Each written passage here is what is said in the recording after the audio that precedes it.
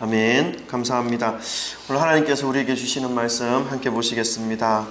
요한복음 11장 1절부터 44절까지인데요. 너무 기니까 32절부터 44절까지만 저와 여러분 한 절씩 교독하겠습니다.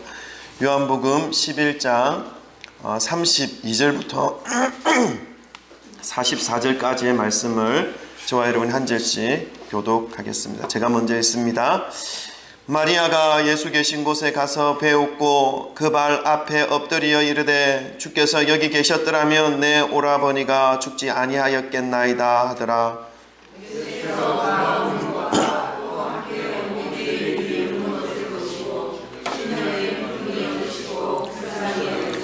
이르시되 그를 어디에 두었느냐 이르되 주여 와서 보옵소서 하니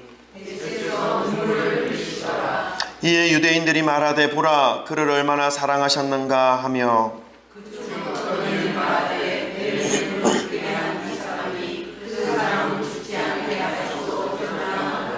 이에 예수께서 다시 속으로 비통히 여기시며 무덤에 가시니 무덤이 굴이라 돌로 막혔거늘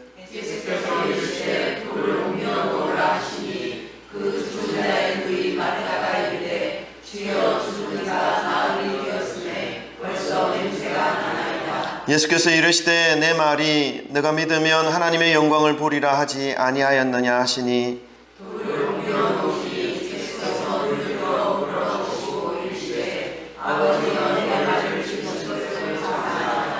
항상 내 말을 들으시는 줄을 내가 알았나이다. 그러나 이 말씀 하옵는 것은 둘러선 무리를 위함이니 곧 아버지께서 나를 보내신 것을 그들로 믿게 하려 함이니이다. 다 같이 읽습니다. 죽은 자가 수족을 배로 동인 채로 나오는데 그 얼굴은 수근에 쌓였더라. 예수께서 이르시되 풀어놓아 다니게 하라 하시니라. 아멘. 할렐루야. 주님의 이름으로 사랑하고 축복합니다. 오늘은 특별히 우리 달라스 뉴송교회 선교팀이 잠깐 부탄 선교를 마치고 돌아가는 중에 함께 예배를 드리게 되었습니다. 우리 하나님께 영광 돌려드리고요. 감사하고 축복합니다. 아멘. 우리 앞뒤 좌우에 계신 분들과 먼저 사랑 고백 나누시고 우리 오늘 말씀을 듣도록 하겠습니다. 사랑합니다. 축복합니다. 아멘. 잘 오셨습니다. 감사합니다. 할렐루야. 할렐루야. 감사합니다. 예수 그리스도의 은혜와 평강이 이곳에 계신 모든 분들과 항상 함께 하시기를 소망합니다. 여러분 하나님을 사랑하십니까? 아멘. 예수님을 사랑하십니까? 아멘. 성령님을 사랑하십니까? 아멘. 제가 이렇게 질문을 하는 이유가 있습니다. 이번 한 주간 동안 지난 한 주간이죠. 지난 한 주간 동안 계속 제 자신에게 한 질문들이었습니다. 여러분 각자 스스로에게 한번 질문을 해보시기 바랍니다.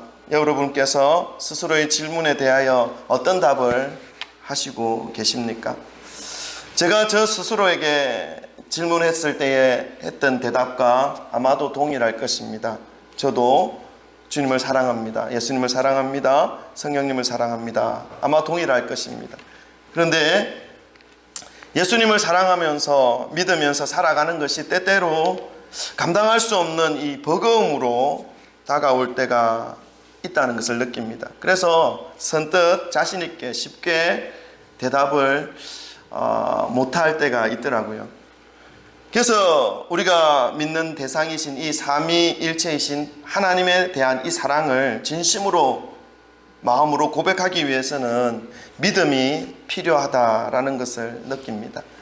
그냥 앵무새가 그 의미도 알지 못하고 그냥 발음 기호를 배워서 발음하는 것처럼 I love you, I love you 하는 것이 아니라 내가 인식하는 하나님에 대한 성품과 속성에 대해서 진실된 감정과 의지로 고백하는 것이기 때문에 가볍게 나오지를 않더라는 것입니다. 그래서 믿음이 필요하다라는 것을 느낍니다.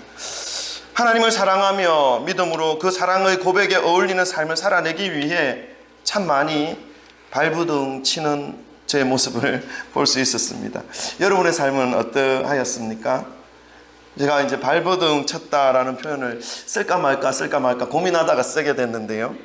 그것은 제가 예수님을 몰랐다면, 내가 예수님을 믿지 않았다면 발버둥 칠 이유가 전혀 없죠. 그냥 내 생각대로 살아갈 수 있을 텐데, 그렇게 나의 삶의 주인이 내가 되어서 내 생각대로, 내 의지대로, 내가 원하는 대로 살아갈 수 있을 텐데, 이 주님의 은혜를 받아가지고 믿음을 가질 수 있게 되어서 내 생각대로 내 자신이 주인이 되어서 살아가는 그 인생의 마지막 결말이 내가 원했던 삶의 삶으로 마무리할 수 없다는 이 사실을 믿음의 눈으로 볼 수 있게 해주셔서 아직 완성되지 못한 인격체이기에 자신을 부인한다는 것이 때때로 버겁게 느껴지는 그러한 인생이기에 발부둥 친다라는 표현을 사용했습니다. 여러분은 자기를 부인하는 것이 능숙합니까? 아주 잘 되십니까? 그렇다면 부럽습니다. 오늘 이 본문 말씀은요, 믿음으로 살아가지 않을 때는 부딪히지 않아도 되는 상황이지만 우리가 믿음으로 살아가게 될 때 필연적으로 부딪혀야 하는 그러한 상황, 예수님을 믿고 의지하고 사랑하며 나의 주인이 나 자신이 아닌 예수님이 나의 주인이 된 삶을 살아가게 될 때에 우리가 필연적으로 맞이해야 하는 상황에 대하여 성경은 말씀해 주고 있습니다. 그래서 과연 믿음으로 살아가는 것이 어떤 삶인지, 우리가 살아가는 그 모든 삶과 환경 가운데서 어떻게 생각하고 어떻게 행동하는 것이 믿음의 합당한 모습인지를 깨닫게 해주시는 말씀입니다. 이 시간 성령님께서 여러분 한 분 한 분의 그 심령과 머리 위에 바람처럼 불처럼 임하시기를 소망합니다. 진리의 불로 임하시는 그 성령님의 그 깨닫게 하시는 은혜가 이 시간 부어지기를 소망합니다. 그래서 우리의 일상 속에서 성령님의 그 역사를 경험할 수 있는 저와 모든 성도님들의 삶이 되시기를 주님의 이름으로 축원합니다. 오늘 본문 말씀에는요, 예수님께서 이 땅에서 살아가는 동안 사랑을 아끼지 않으셨던 한 가정이 소개되어져 있습니다. 그 가정은 3남매만 살아가던 마르다와 마리아와 그리고 그들의 오빠 나사로의 가정입니다. 성경은 이 3남매의 부모에 대한 말씀을 하고 있지 않습니다. 아마도 이들의 부모는 일찍 이 3남매만 남겨놓고 하나님 품에 안겼지 않았을까 생각해 보게 됩니다. 예수님은 공생의 동안 이 마르다와 그의 여동생 마리아 그리고 그의 오라비 나사로를 특별히 사랑하셨습니다.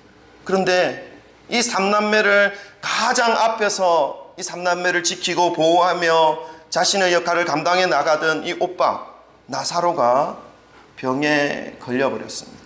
어떤 병인지 성경은 우리에게 알려주고 있지 않지만 심각한 병인 것을 알 수 있습니다.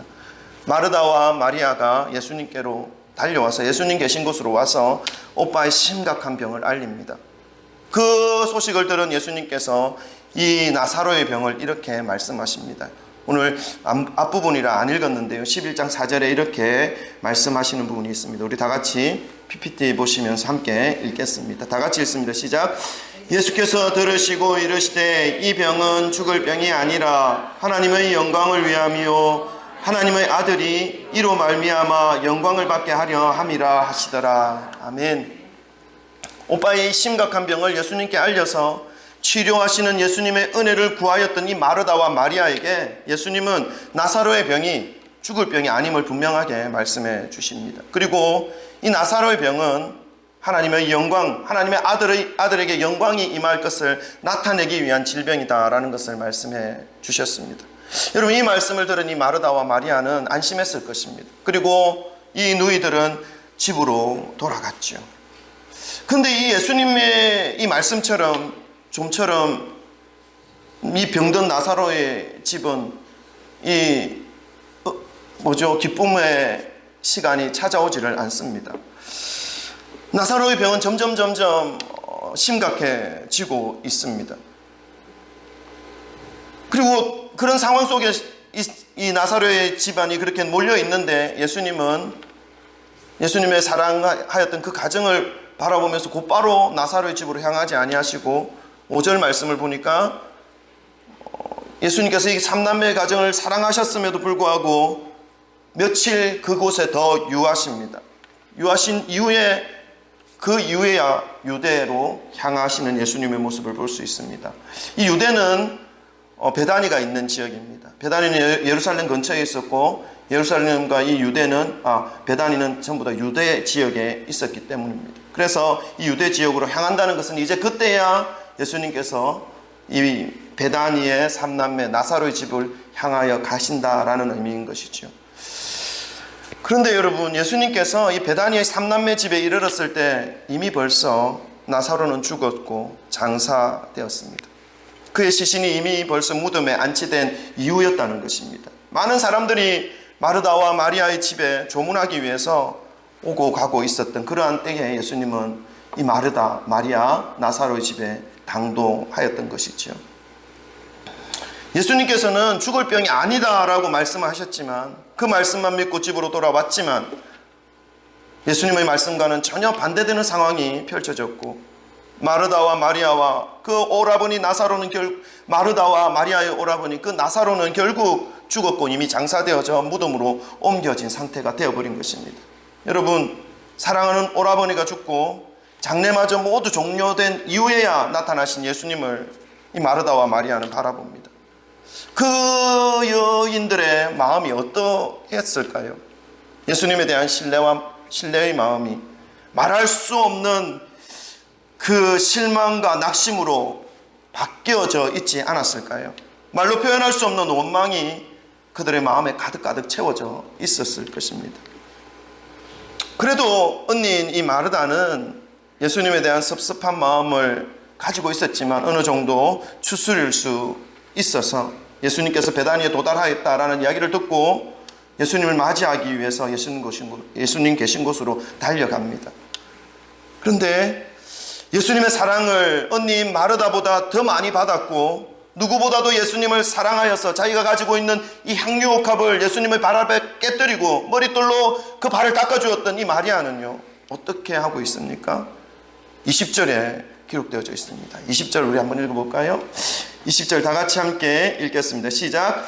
마르다는 예수께서 오신다는 말을 듣고 곧 나아가 맞이하되 마리아는 집에 앉았더라. 아멘. 이 20절 짧은 이 한 구절의 말씀이지만 이 말씀이 지금 오라비를 잃은 마리아의 마음을 그대로 대변해주고 있는 말씀입니다. 무너진 상황인 것이죠. 마음이 절망으로 가득 채워져 있다는 것입니다. 상한 심령이라는 것입니다. 그런데 그 심령 앞에 지금 예수님이 오신 것입니다. 너무 늦었다라고 모든 사람들은 절망하고 있는 그때 예수께서 그곳으로 왔다는 것입니다.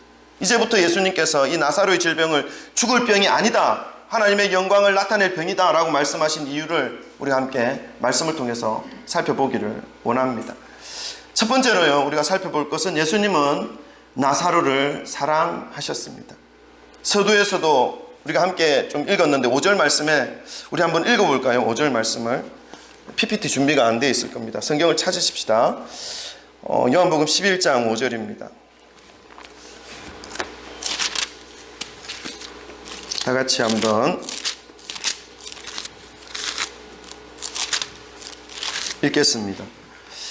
다 같이 읽습니다. 시작. 예수께서 본래 마르다와 그 동생과 나사로를 사랑하시더니. 아멘. 이 5절 말씀에서 분명히 예수님은 나사로의 삼남매들을 사랑한다라고 말씀하십니다. 그래서 특별히 예수님의 공생의 기간 동안에 이들과 참 많은 교제를 했던 것을 우리는 말씀을 통해서 알 수 있는데요. 여기서 우리는 이 나사로라고 하는 이름의 의미를 한번 좀 생각해 보기를 원합니다. 이 나사로라고 하는 이 이름의 의미는 하나님이 도우신다라는 의미입니다.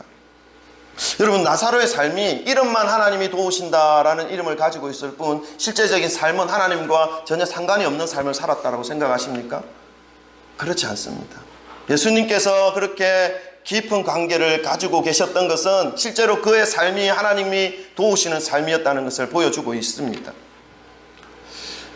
예수님께서 이 가정을 사랑하셨고 죽은 나사로를 친구로 생각할 정도로 관계를 맺고 있었다면 이 나사로의 삶은 그 이름의 의미와 같이 하나님의 도우심을 믿고 의지하면서 살았던 그러한 삶이었을 것입니다.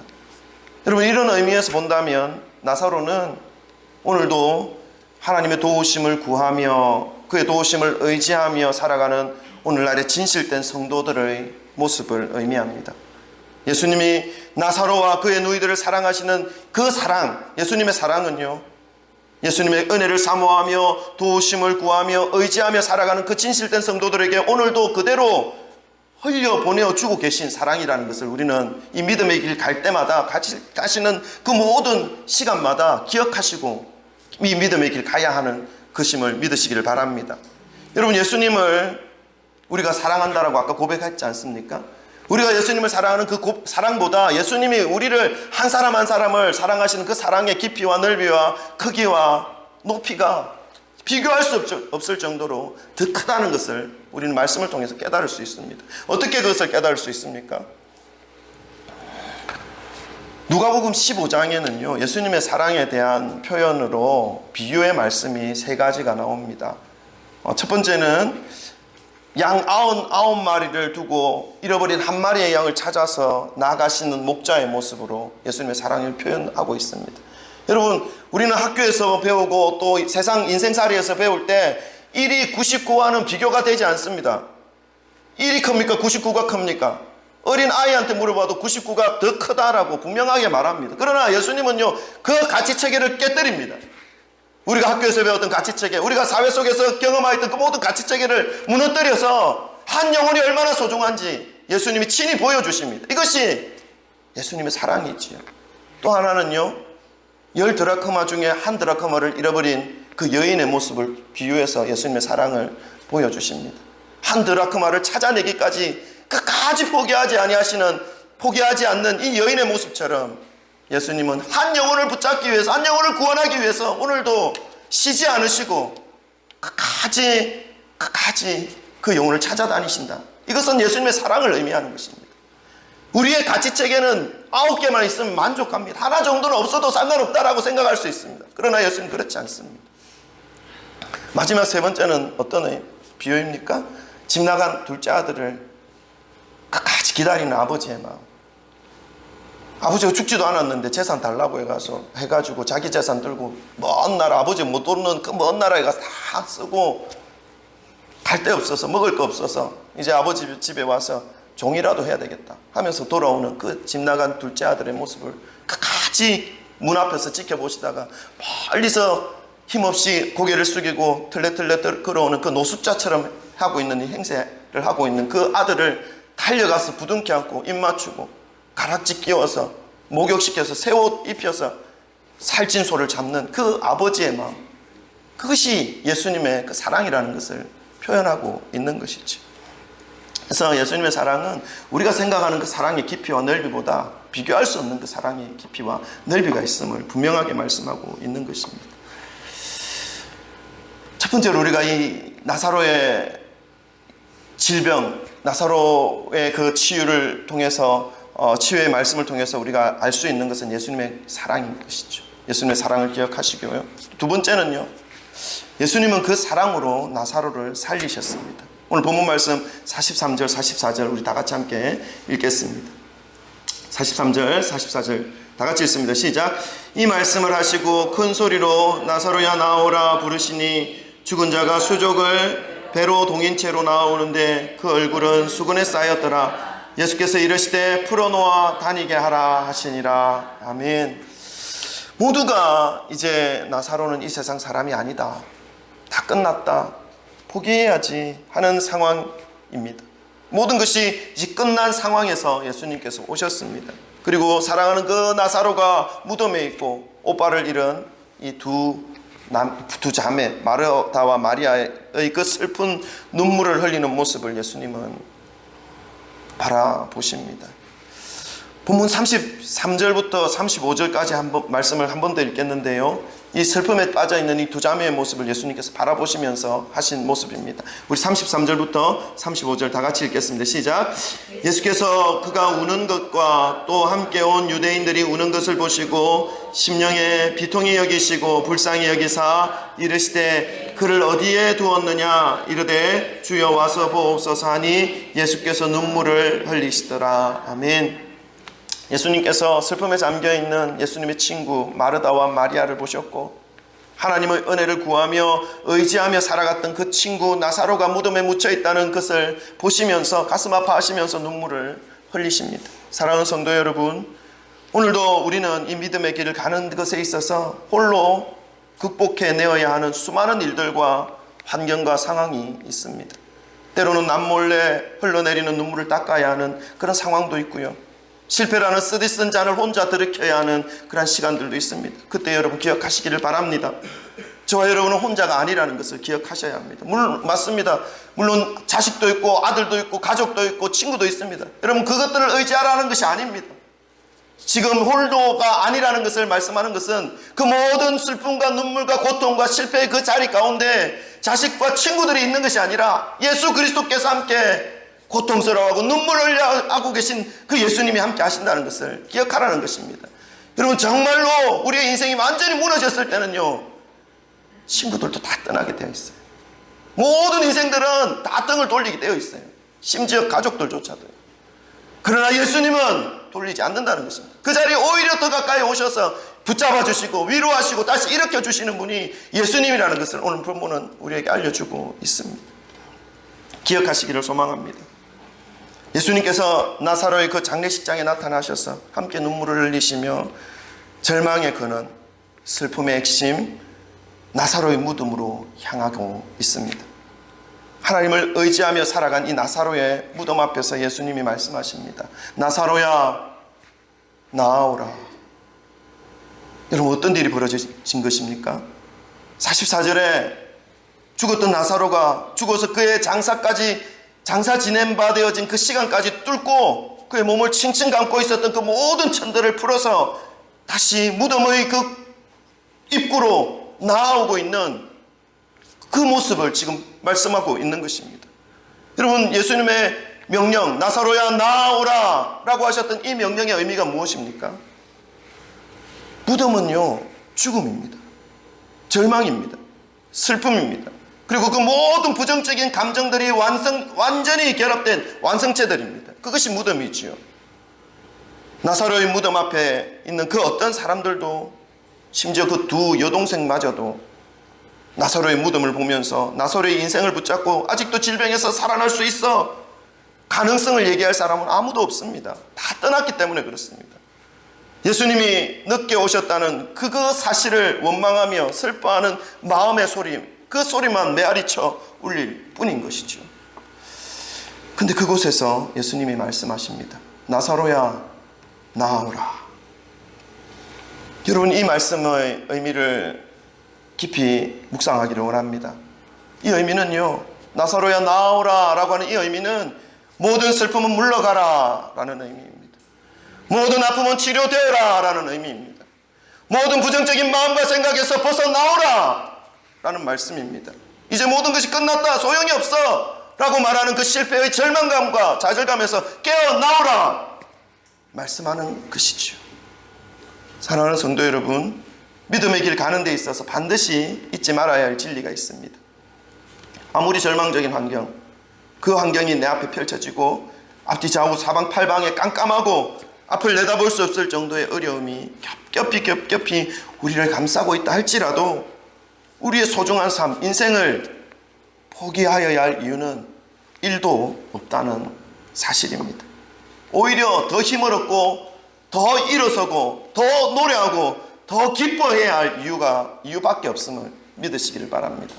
왜 그렇습니까? 예수님께서 저와 여러분을 사랑하고 계시기 때문에 그렇습니다. 아멘. 아멘. 오늘 예수님이 사랑하시는 이 가정에 일생일대의 큰 아픔과 슬픔이 찾아왔습니다. 절망과 고통이 찾아왔습니다. 아니 하나님을 의지하는 가정에 이런 일이 찾아와도 되는가 생각할 수 있습니다. 여러분 찾아올 수 있습니다. 그러나 그것은 완전한 절망으로 무너뜨리기 위해서 찾아온 것이 아닙니다. 그곳에 예수님이 오셨습니다. 그리고 함께 눈물을 흘려주십니다. 예수님께서 그 문제의 근원과 고통의 근원과 슬픔의 근원을 향하여 지금 나아가고 계십니다. 그리고 명령하십니다. 모든 슬픔, 모든 어둠, 모든 아픔, 모든 절망, 모든 실패, 모든 질병들, 그 모든 악하고 어두운 것들을 의미하는 무덤으로부터 사랑하는 나사로야 나오라 말씀합니다. 여러분의 가정에, 삶에, 가족과 가족들의 그 삶에 이런 아픔과 어둠과 슬픔과 절망과 실패와 질병들이 있습니까? 이 시간 믿음으로 명령하시기 바랍니다. 주님께서 저와 여러분을 사랑해 주신 그 사랑으로 인해서 분명히 우리를 그 모든 어둠에서부터 건져내어 주실 줄을 믿으시기를 주님의 이름으로 축원합니다. 우리는요, 그 어둠으로부터 나와서 지금 우리를 부르고 계신 예수 그리스도께로 나아가야 하는 존재임을 여러분 믿으시기를 바랍니다. 매일매일 우리를 부르시는 그 예수 그리스도께로 나아가시는 저와 여러분 되시기를, 그리고 또 우리들의 가정이 되시기를 주님의 이름으로 축원합니다. 오늘 말씀을 통해서 깨달아야 할 것 세 번째입니다. 그것은 예수님께서 영광을 받으신다라는 것입니다. 본문 말씀 4절을 우리 한번 읽어보겠습니다. 11장 4절입니다. 다 같이 함께 읽겠습니다. 시작. 예수께서 들으시고 이르시되 이 병은 죽을 병이 아니라 하나님의 영광을 위함이요 하나님의 아들이 이로 말미암아 영광을 받게 하려 함이라 하시더라. 아멘. 예수님께서 이 오라버니의 질병에 대한 소식을 전해주었던 이 마르다와 마리아에게 죽을 병이 아니다, 하나님의 영광을 위하여 위한 병이다 라고 말씀하셨죠. 우리가 서두에서 함께 살펴보았습니다. 여러분, 이 부분에서 우리가 믿음의 발버둥이 필요하다는 것입니다. 상황은 변화가 없다는 것입니다. 나를 고통스럽게 하고 나를 짓누르기만 하는 이 형편, 여전히 나의 어깨에 무겁게 존재하고 있습니다. 이런 무거운 짐을 짊어진 채로 하나님께 나아갑니다. 그럼 어떻습니까? 하나님께서 평안을 주시죠. 주님께서 새 힘을 주십니다. 주님께서 그 문제에는 너를 침몰하지 못할 것이야. 주님께서 그 문제에 대한 응답으로 확신과 믿음을 허락해 주십니다. 하나님 앞에 나아가면 기도할 때. 그런데 우리의 현실로 다시 돌아올 때 어떻습니까? 하나님의 역사가 그렇게 쉽게 나타납니까? 물론 나타날 때도 있습니다. 그런데요, 대부분의 경우에 상황과 형편이 여전히 어렵고 막막하고 짓누르는 짐이 우리의 어깨에 사라지지 않은 채로 또다시 우리를 억누를 때가 있습니다. 오늘 이 마리아와 마르다의 가정처럼 말입니다. 더 어려워지는 것을 느낄 수도 있습니다. 그런데요, 이것이 믿음을 가진 자들이 겪어야만 하는 필연적인 과정이라는 것입니다. 그럼에도 우리가 하나님 앞에 취하여야 할 모습이 있습니다. 그건 뭐냐면 주님의 선하심, 주님의 인도하심에 대하여 우리는 믿음으로 고백하여야 하는 것이죠. 이것이 발버둥입니다. 이것이 믿음의 발버둥인 것이죠. 다른 사람들 앞에서 조롱거리가 되기도 합니다. 다른 사람들 앞에서 너가 믿는 하나님은 아무런 능력이 없는 것 같아, 조롱 섞인 말을 들을 수도 있습니다. 또 주위에 하나님의 행하심과 은혜로 큰 문제를 해결받았다라고 하는 내용의 간증을 그 상태에서 듣기라도 하면 어떤 마음이 듭니까? 나의 믿음은 잘못되어진 믿음인가 하는 의심까지 들기도 하는 것이죠. 여러분, 이러한 상태에 놓여 있을 때가 우리의 인생에 하나님의 영광을 나타내실 상황과 환경이라는 것을 기억하시기를 바랍니다. 하나님 앞에서 그 영적인 발버둥을 포기하지 마시기를 바랍니다. 끝까지 주님은 선하십니다. 주님은 나의 삶을 붙잡고 계십니다. 주님은 나를 이끄십니다. 주님 나를 회복시켜 주십니다 라고 하는 이 확신 속에서 벗어나지 마시기를 바랍니다. 포기하지 마시기를 바랍니다. 도대체 어떤 상황으로, 어떤 때에 하나님의 영광이 어느 방법으로 나타나시는 겁니까? 질문이 들 수 있습니다. 그러나 우리는 모릅니다. 분명한 것은 이러한 상황이 하나님께서 하나님의 영광을 우리의 삶 가운데 나타내실 순간임을 오늘 성경은 분명하게 말씀해 주고 있습니다. 때때로 우리는 예상하지 못했던 절망에 휩싸여서 이 마리아의 가정처럼 주저앉아 소망 잃은 모습을 가지고 살아갈 때도 있습니다. 오늘 말씀을 우리에게 주신 예수님은 그 문제와 환경이 주님이 사랑하는 사람들의 삶을 무너뜨리지 못한다는 것을, 예수님께서 그 환경과 상황 속에서 주님의 그 사랑하는 백성들을 이끌어내어 주신다는 것을, 그 모든 환경과 상황을 통해서 오직 하나님께서 영광을 받으신다는 것을 분명하게 말씀해주고 있는 것입니다. 여러분, 하나님의 말씀을 믿으십니까? 왜 이렇게 아멘이 적습니까? 여러분, 하나님의 말씀 믿으십니까? 아멘 믿으시기 바랍니다. 저는 믿습니다. 인간의 눈으로 볼 때에는 형편없는 모양 속에서 궁색한 모습으로 예수님께 부르짖고 있는 이 어리석은 사람처럼 보인다 하더라도 그 영적인 발버둥 가운데 예수님께서 역사하셔서 전혀 일어날 수 없는 불가능의 일들이 주님을 끝까지 사랑하는 그 사람들의 삶 가운데 주님의 이름을 위하여 역사해 주신다는 것을 저는 믿는다는 것입니다.